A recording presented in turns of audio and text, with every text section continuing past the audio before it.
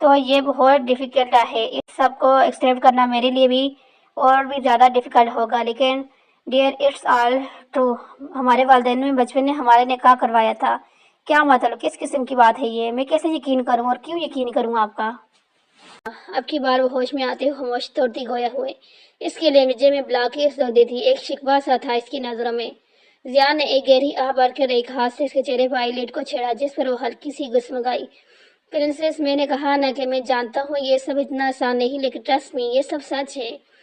جانتا ہوں جس انداز میں تمہیں یہاں لائے گیا وہ ٹھیک نہیں تھا، مگر میرے لیے تمہاری جان بہت امپورٹنٹ ہے، کمپرومائز نہیں کر سکتا۔ زیان کا ہر انداز، لہجہ، نرم رویہ روپ تھا کہ بساطہ وہ اپنا ہاتھ چھڑائے بغیر ہی اسے سنتی گئی۔ ادنوی کے یوں بغور دیکھنے پر زیان کی نظروں میں شرارت لاحق تھی، آخرکار وہ اس کے نکاح میں تھی اور اس پورا حق رکھتا تھا۔ جب بساطہ اس نے ادنوی کو اس کے ہاتھ سے پکڑ کر اپنی جانب کھینچا، اس اچانک ہونے والی آفات کے لیے وہ تیار نہیں تھی۔ جب کسی کٹی پتنگ کی طرح اس کی کشادہ سینے سے جا ٹکرائی، جبکہ زیان نے ایک ہاتھ دائرے کی صورت میں اسے گمر کے گرد باندھا اور ایک ہاتھ سے اس کے دونوں ہاتھ قابو کیے، وہ مکمل اس کی آہنی گرفت میں جگری ہوئی تھی۔ ادنوی ضبط کی انتہا کو پہنچتے ہوئے سڑک اٹھی تھی، اس کی کمر سے اپنا ہاتھ اٹھاتے زیان نے انگلیاں اس کے بالوں میں پھنسا کر اس کا چہرہ اپنے چہرے کے قریب کیا۔ اس سحر انگیز ماحول میں وہ اپنے تشدد لب اس کے ہونٹوں پر رکھ کر خود کو اسراب کرنے لگا، جبکہ اس کی کارروائی پر جان سے لرز اٹھی۔ اس کے انداز میں نرمی تھی، مگر پھر بھی اس کو اپنی سانسیں رکتی ہی محسوس تھی۔ اجنبی کو اپنی ناک سے رکتی محسوس تھی۔ ان کا فاق کرانے کی جدوجہد میں اس نے مچلنا شروع کیا، اور جو اب تک کسی شہر میں قید تھا، اجنبی کے یوں حرکت دینے پر نرمی سے خود سے لگ کیا، جس پر خود کو سنبھالتی آرامگاہ پر بیٹھنے کی بکھری سانسیں بحال کرنے لگی۔